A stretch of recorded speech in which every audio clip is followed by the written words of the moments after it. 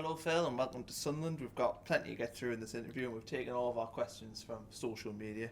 We've screened them though, so that all the good ones have got in. But we'll start with an easy one. How does it feel to be here? Yeah, I really enjoyed the first couple of days. The lads have been excellent on the training ground. All the staff have been very welcoming, and I can sense there's a real desire from everyone who works at the club to do well. And you need that in a football club. You need everyone pulling in the same direction and being prepared to give that extra bit to be successful. And I really sense that with the staff in and around the training ground. You come here with a wealth of experience, 3 promotions, a League Cup final with League Two Bradford, an FA Cup run.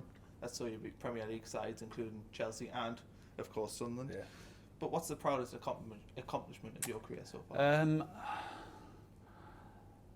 I mean, it's difficult to say, but I think my first promotion when I was at Colchester many years ago, because obviously we get gates of 2,000 and 3,000 and the lowest budget in the league, and to see that achievement, and it was over a period of time where we had to build that club and change the culture. But the day we clinched promotion was very special. In a one-off game, I think beating Chelsea would take some beating, because we went down there and they were the champions and hardly conceded goals at home, and that was a very special day. It's got some fan questions now. First one from Jack Ford. What's your main priority in terms of improving on-field performances, and how quick do you think a manager can realistically impart and implement his game plan? Yeah, I think with the team, we've got a lot of footballing ability, which is great. Out of possession, a lot of the games I've watched, we're too loose and we're too open. The good teams and the teams which ultimately get the awards at the end of the season are the ones who do both sides of the game well. And I think we need to readdress the balance, maintaining the qualities we've got, but adding some ingredients to cross that dividing line between drawing games and winning games, losing games and drawing games. And the difference between top 6 and top 2 is very, very tight, and we've got to find those margins, and we'll be looking to work with the players individually and collectively to try and find those. How excited are you to be managing in front of 30,000 fans every week? Yeah, very much so. It's such a great club. Everybody knows it. The stature, the stadium, and the fan base in particular is just amazing. And I've obviously managed against Sunderland before, and always marvelled at the following they've brought to grounds. In particular Bradford in the FA Cup, and I'm really looking forward to making these fans proud. And my aim is when they drive away from every ground to say, cool, the lads have given absolutely everything today. You can never guarantee results, we know that, but I want them to drive away and thought, we've had value for money today in terms of the desire the players have shown. We know they've got quality, but we've got to make sure the supporters get value for money in that effort and commitment every single week. I've got a question from SCFC David, and he says, when will preparation for the January transfer window begin? Yeah, straight away. I think that's a good question, and when I met the board over the 2 interviews, I spoke to them about players I would look at bringing in, and obviously the board said, let's assess the squad, but if we feel we need to improve things in January, I'm sure they'll give me that backing. So I think as a manager and with the staff and the recruitment team, you've always got to be looking and speaking to agents and other clubs, because once that window opens, you've got to be ready. Got a question from KJ Barlow here. He says, will it be sexy football or effective football? Yeah, I think that's a good question, and I feel that, like I said earlier, that we've got technical ability, but we've got to make sure that we have that effectiveness and we have the ability to win when we don't play well.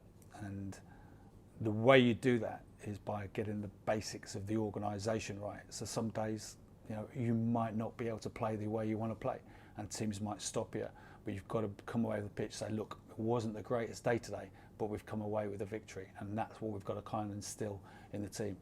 Obviously, the aim is to play well every game and to dominate the ball, because we've got those types of players. But sometimes that's not possible, and we've got to make sure that our base of organisation structure gets us those victories. We haven't scored as many goals as we would have wanted this season. How do you plan to improve our goal tally? Yeah, I mean, you look at the strikers, and I always go back, obviously, and look at the goals those strikers have scored in their careers. You know, let's take Charlie, for instance. Charlie scores from crosses. You know, that's where he gets his goals. And, you know, you're not going to change that. There's going to be other goals he will score, but the high percentage of his goals will be from quality delivery into the box. So we've got to look at the strikers, and we've got to, you know, good teams for me play to the strengths of their front players, and we've got to make sure that they're given the service, you know, which we believe they can score or create them opportunities. Question from Short Baron: how would you describe your style of football? In my career, I've played lots of different systems and lots of different styles, and I think it's always a mistake as a manager, and I see it a lot where managers kind of get a job and speak about this great philosophy they've got and go in and tear everything up and try and play away. When you go into a football club, you've got to assess the type of players you've got, and you've got to work with that and add ingredients to it, and that's what I look to do. I like to play. I like to see the players roll the sleeves up and give everything, you know, but we all like quality, and I like players who are brave enough to handle the ball. And when you play for Sunderland, you know, in front of the big crowds, home and away, you've got players who say, yeah, come, give me the ball. Even if it's not going well, we can handle the ball and play. So my way of playing is, for me, to adapt to what suits these players, but add bits to it, i.e. like the strikers. You know, look at those strikers and say, yeah, okay, we've had a lot of good intricate play, but have we created enough chances for those strikers? Can we put the ball in the box a little bit earlier and see if we can get those very important goals? Dunmat28 asks, will you be looking at the academy players and potentially bringing them into the first team squad? Well, I'm looking forward to Monday night, going to see the under-23s. And obviously I've only been here 2 days. I've had brief chats with the academy, people who run the academy, which was great. I like to include the academy players in training when we can. The ones who've played well on a Monday night, bring them over, a couple of them who deserve the chance to go and impress with first team players. And obviously, if the players are good enough, you know, we'll give them the chance. But it is important that they are ready when they're given that opportunity. Got a question from Carl Armstrong, and he says, do you believe there's much to change in order for us to have a chance of promotion this year? Well, really just the things I spoke about, the balance between, yeah, this is us on the ball, but without the ball, what are our responsibilities needs to be addressed, and that's what we're looking to do, and, you know, create the opportunities for the front players. Lose 1915 says, apart from the obvious that Sunderland are a big club, what was your motivation for taking the job? It's the opportunity to